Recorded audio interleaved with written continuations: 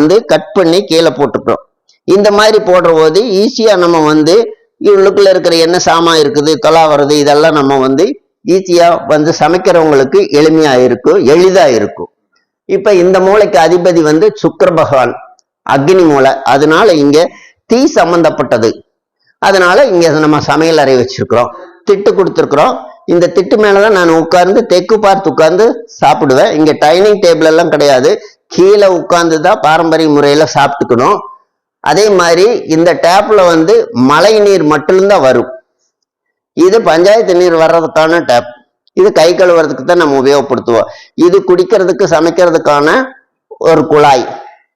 அப்ப இந்த சமையலறை வந்து விஸ்தாரமா, அதாவது காற்றோட்டம் உள்ளதா நல்லா அமைச்சிருக்கிறோம். இந்த சமையலறையிலிருந்து வெளியே பார்த்தா ஒரு கோயிலினோட கோபுரம் தெரியும்.